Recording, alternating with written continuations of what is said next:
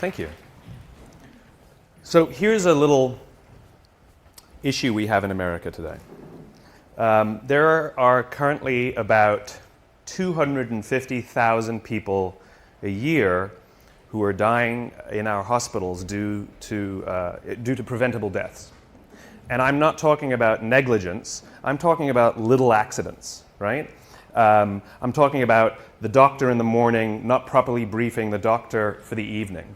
You know, I'm talking about things that we can't sue anybody. There's nothing that we can see that's wrong. But there's 250,000 preventable deaths every year. That's about 20 747s going down every single week.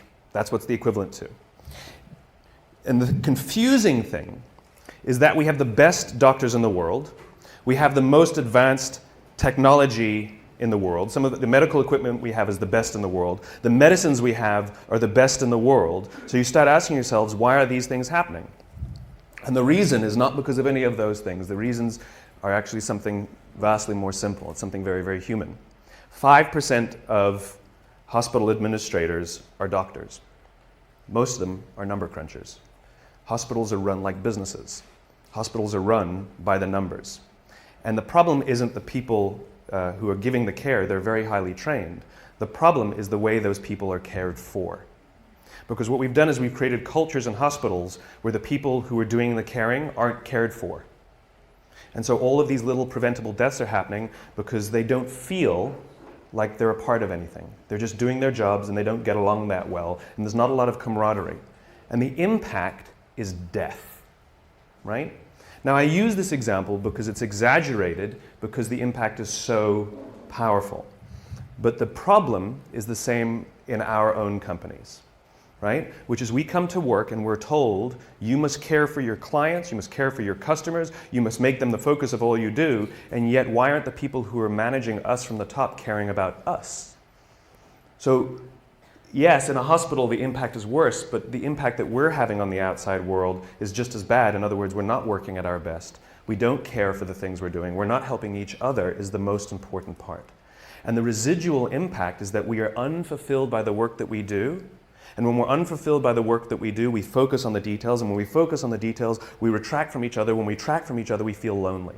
And when we feel lonely, cancer goes up, heart disease goes up, diabetes goes up. In other words, by going to work, we're killing ourselves. Literally. There's another study that was released not that long ago that says that parents who work late, the negative impact that it has on their children is little to none. They may feel guilty as parents, but the negative impact that it has on the raising of their children is little to none. However, parents who come home from jobs they hate or don't love, their kids are more likely to be bullies at school. And now you think about the bullying epidemic we have in America, right? Where there's this disturbing number of young children who are killing themselves, suicides, because of bullies. The problem is not the schools. And the problem isn't even the parenting. The problem is the jobs the parents have. This is the importance and this is the power of the work that we do and the places we go to work, right? Most of us, I mean, like when you listen to the unemployment statistics, they say, you know, we're all-time high, record high, 9 to 10% unemployment, right? And people go, oh my God, that's terrible. And I hear that number and I go, well, that means 91% still have a job. Right? Now, granted, we want to get that employment number up, but that means 91% are still going to work. The question is how many of them are coming home fulfilled by the work that they do, and how many of them are waking up inspired to go back to work the next day? If we don't love our works, we don't look out for each other. And if we don't look out for each other, we feel lonely. If we don't feel lonely, all these negative things happen. So what example can I share with a creative audience about how to change this? The United States Marine Corps. I had the great honor last week of spending a week with the Marines. I spent a couple days at Camp Lejeune, and then I went for a few days to Paris Island to watch them go through boot camp. And this is it's a remarkable, remarkable human experiment that they're doing. And even though they know what works, they don't know why it works, but they don't need to know why because they know that it works, right? But what's happening is they're taking a group of strangers, people who don't know each other, who are showing up and within a very, very short period of time, learn to trust each other so much that they would give their lives for each other, right? And we know, anyone who's ever worn a uniform knows that no one runs into battle for God and country. It doesn't happen. It's for the guy to the left of me and the guy to the right of me. That's the reason they do what they do, right? And these sort of remarkable stories of heroism where people rush into very, very dangerous situations to save others. And they always ask the question, why did you do it? Why would you risk your life? Why would you put yourself at risk for them? And the answer is always the same, because they would do it for me. In other words, what gives them the confidence to put themselves at great risk is the knowledge that someone would do the same for them. We would put ourselves at great risk for our companies if we knew that our companies would put themselves at great risk for us. But they don't. So we don't. Now, one of the things that's remarkable about the Marines, and if you go read, and this is I asked these young, and they're 21, 22 years old, some of these lance corporals, the grunts, the guys, the infantry. I mean, this is the lowest of the low, the ones we actually send into battle, the front lines. And I asked them, are you misunderstood in America? And they said, yes, unanimously. They all nodded. I said, what do people think of you? And one stood up and says, they think we're baby killers. I said, how does it feel? He says, it hurts. And when I say, well, tell me a story then that captures to you what it means to be a Marine, the feeling you have of being a Marine, tell me a story that captures it. And I expected to hear stories of, I took a hit and somebody saved me, or I ran into a firefight and pulled somebody. I expected these stories of heroism. Not a single story like that came out. Now, I'm sure those stories exist, but those aren't the stories they told me that capture what it means to be a Marine. One of the stories they told me was a young boy in Afghanistan who would come around every morning and sell kebabs to the Marines. And then one day he showed up and he was all beaten up. And he didn't go to his parents for help and he didn't go to his friends to help. He came to the Marines for help because he trusted them more than anyone else. They told me a story that captured how they feel of a village that had been overrun by the Taliban, and the residents of the village couldn't go home because they would be killed by the Taliban, and so they were just living by the river. The problem was winter was coming. And one of the elders came to the Marines, knocked on the door, and said, I need you to come down to the river and kill us. And the Marine said, what are you talking about? He says, if we go back home, we'll be killed by the Taliban, and if we stay out there, we're going to die slow deaths this winter. It's easier if you just come and kill us, please. The Marines overran the Taliban village, pushed the Taliban out. A year later, they went back to this village and people were playing volleyball. These were the stories they told me that capture what it means to be a Marine. They believe in doing good for others, and the fulfillment they get when they put themselves at risk so that others may prevail is overwhelming. This is not unique to the Marine Corps. This is all human beings. The feeling of fulfillment comes from doing something for another. The feeling from fulfillment comes from the exertion of time and energy for someone else. If you are walking to work and you throw a few pennies in a cup, and you come to work and you say to your friends, hey guys, I gave $1 to somebody homeless this morning. What are your friends going to say? Good, right? I gave $20 to somebody homeless. They'd be like, good for you, right? What if you come in the morning and you say, hey, I gave up my Saturday and I went and painted a school in the inner city? People go, whoa, cool, wow, cool. And all of a sudden, not only are they inspired to do something good themselves, but the feeling that you have persists. The amazing thing is that when we do good for others, it actually inspires others to do good for others. This is provided for us primatologically, anthropologically. It's all part of the survival of the species. Sex feels good so that we'll do it, so we can procreate and perpetuate the species. But we're social animals, and so we have to provide for the fact that we'll maintain strong bonds and build cultures, right? Because that's what humans do. We're cultural animals. And so when we do good for others and we look out for those in our tribe, we look out for those in our group, it actually feels good. Biologically, it releases oxytocin. This chemical that's released when you do good for others is released, and it makes you feel good. And the amazing thing is the more oxytocin you have in your body, the more you want to do good for others. The problem is we've replaced this feeling, the exertion of time and energy, with digital communications. We've replaced it with headphones. We've replaced it with money, right? Think about the invention of money, right? It used to be, money, it used to be like you go to someone's house, you cook them dinner, and the deal was they'll do the dishes. Time and energy, exchange for time and energy. And someone said, I'll give you an IOU, right? Someone says, I don't feel like doing the dishes, so I'm going to give you an IOU that I promise to do them another day, right? And that's what money is. It is the promise for future goods or services. The promise of future goods and services. In other words, we've replaced our own time and energy with promises for someone else to do it another day, right? In other words, there's no exertion of time and energy. And so the feeling people get is that I did something for you and you did nothing for me. You replaced it with a piece of paper, with an IOU, with a promise for future goods and services. The way we find fulfillment is by doing good for others. So how do the Marines do it? How do you get people to do good for others? We all know this. Intellectually, we know that it's good to do good for others, but why don't we do it then?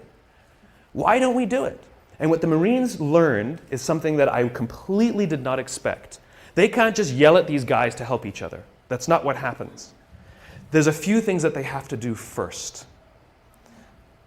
So we all have heard of the obstacle course, right? The Marines have a thing called the obstacle course. And this is where they build anaerobic strength and aerobic strength, muscle strength, and it's timed and all of this good stuff. They have another course called the confidence course, and it's never timed. And most of the obstacles on this course cannot be completed by yourself.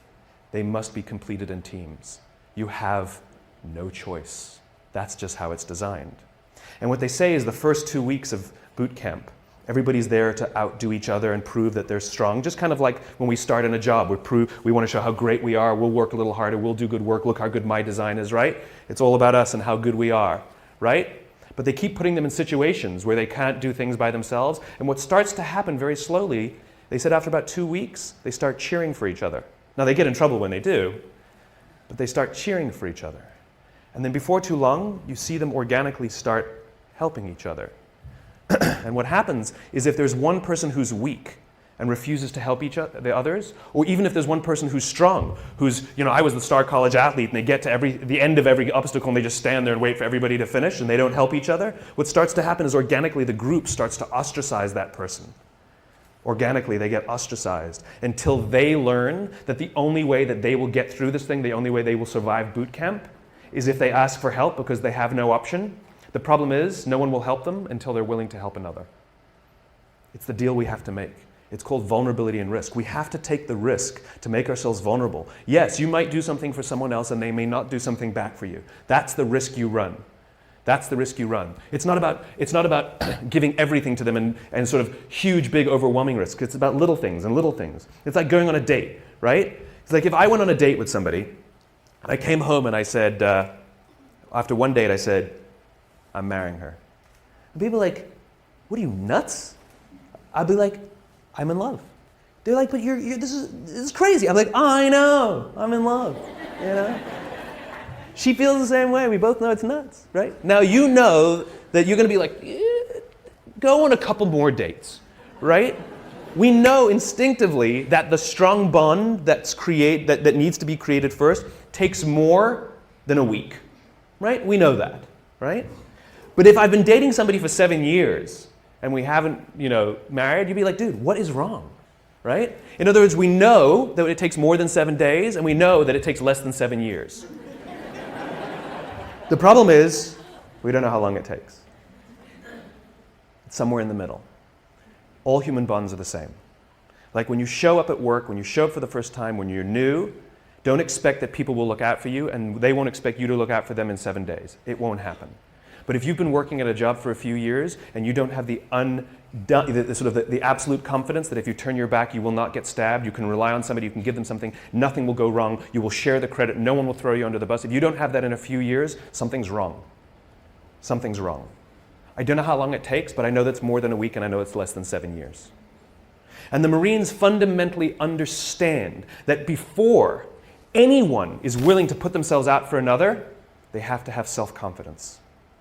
Real self-confidence. You have to be confident in yourself and your own ability before you're willing to help another. If you're insecure at all about your own ability, it's sort of a paradox, right? How can I overcome my confidence, my self-confidence? And we all have ego issues at all times, we all do, right? But if I'm not confident in myself, I won't help another. It's a paradox because then we need someone to look out for us before we're willing to help our peers, right? This is what management is supposed to do. The drill instructors, the school, they are there, our parents, they are there for one reason and one reason only, to help us feel strong and good about ourselves. But look at the way we talk to each other. Look, a budget's been cut. And so what do you get told? I need you guys to do more with less. Right? That's what we're told. Hey guys, I need you guys to do more with less. That's what we're told by our clients, by our bosses, by our parents. This is what we're told, right? That's like your parents telling you when you're young, I know you're stupid, figure it out. Right? You're not as smart as the other kids. What do you want me to do? Right? It's the exact same thing. I need you to do more with less. Right? What we need to be telling people is, I need you to do more with what you have. Right? You have capacity, you have strength, you have talent, you have ability. I need you to do more with what you have. We don't celebrate what we've got. We criticize for what we don't have. This is the responsibility of management, to take us under their wing and help us understand our own value to ourselves. Close your eyes and think back to high school. And think of that one teacher who took you under their wing and cared for you and looked after you and helped you realize that you are capable of more than you thought you were. And you probably are the person you are today in some part because of that person. Right? Do you have that name? What's the name? Tell me the name. Tell me the name of the teacher. Okay, give me the name. Okay, I can point to anybody and you can tell me that name. Now tell me the names of all the other teachers you had that day. Can't remember them, can you? This is the power of those who teach us confidence. We will literally carry their names around with us for the rest of our lives. Wouldn't you want to be that person? Wouldn't you want to be the person that 20 years from now, 30 years from now, 40 years from now, I can do this exercise with somebody and they will tell me your name? This is the power of helping others realize their own strengths. This is what management and leadership is supposed to be doing. They're supposed to be caring for us and helping us realize our own value. And by the way, if you have anybody who reports to you or works for you, your responsibility is not to make them meet the deadline. Your responsibility is not to make sure that they do as you say. Your responsibility is to make sure that they understand their own strengths, their own value, and that they are way, way more talented than they think they are. And the only way they will learn that is if you put them in situations in which they can fail. And you hold them and you support them and you give them talent and you give them skills and you give them education and you watch their backs, and if they fall over, you encourage them to get back up, and if they fall over, you encourage them to get back up, and if they fall over, you encourage them to get back up until they figure it out themselves. It's called confidence. It's your responsibility to help others find it, and it's others' responsibility to help you find yours. And the amazing thing is, as soon as you start feeling confident in your own ability, you naturally help each other. That's what happens. It's called trust. In the military, they give medals to people who are willing to sacrifice themselves so that others may gain. In business, we are willing to give bonuses to people who will sacrifice others so that we may gain. We have it backwards. And then we complain about how we don't love our jobs, and we complain about how the work is suffering, and we complain about how budgets are being cut, and we complain. And the first thing we do is blame each other and become more selfish and worry about my pay and my benefits and my this. And this is what happens. When we are unfulfilled, we look at the metrics and we say they're not good enough. When we are fulfilled, we don't care about the metrics. This is why when you have a job you love and you get a call that says, I'll offer you tons more money and great benefits, you're like, I'm not interested. I'm not interested. I'm very happy here. But we'll give you more. That's not the reason I'm here. I'm here because I love it. I'm here because I care for the people I work with, and I'm here because the people I work with care for me. This is the world I imagine. This is the world I imagine. And here's the great thing. if you take little risks, I'm not talking about big things, little things. If you start doing little things for each other, the amazing anthropological response is other people will start doing little things for others too. I was walking down the street 2 days ago, and a guy's backpack was open and a whole bunch of paper fell out as he was walking down the street. And I happened to be behind him, and so my friend and I just we were in mid-conversation, and in mid-conversation, we never even stopped talking. We just bent down, sort of helped him gather his papers, hand them back to him, sort of pointed out that his book bag was, his backpack was unzipped, and he said thanks, and we walked on. It was like no big deal, right? We get to the end of the street, and we stand we're waiting to cross the street. We're still talking, we haven't stopped talking, and the guy in front of us turns to us and says, I saw you help that guy. That was really cool. But here's what's great about that.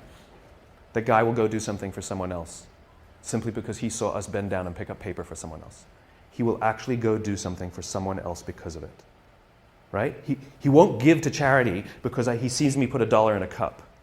But he will actually help someone because he saw someone also help someone. Little things. Hold a door open for someone. Say thank you to the person who holds the door open for you. Smile to the barista. Little things. Put your foot in the subway when the door is closing so someone who's running will make it. Hit the open at the elevator. Don't go...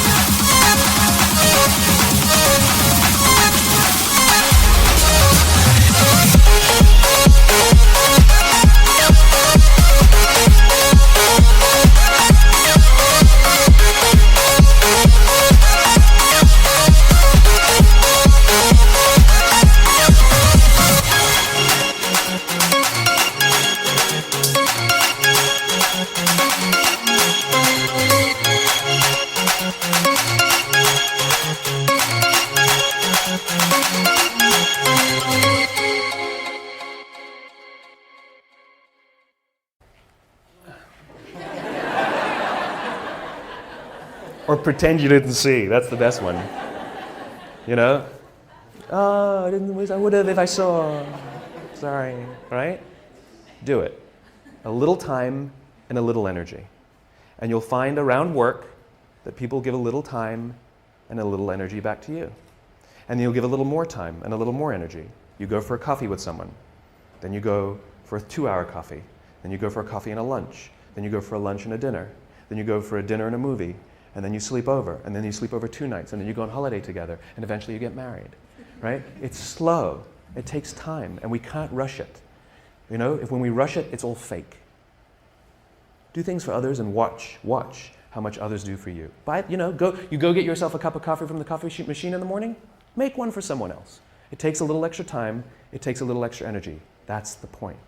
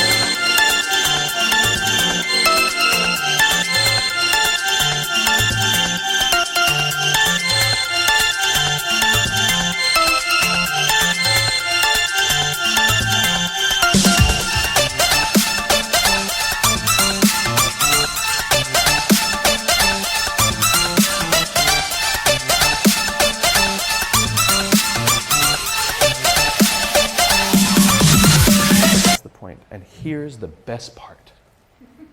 You will feel so good at the end of the day. So good. Thank you very much. Thank you.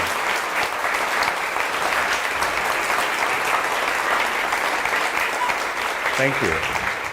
Next month is Bree Pettis, who is one of the founders of MakerBot. He's going to be speaking.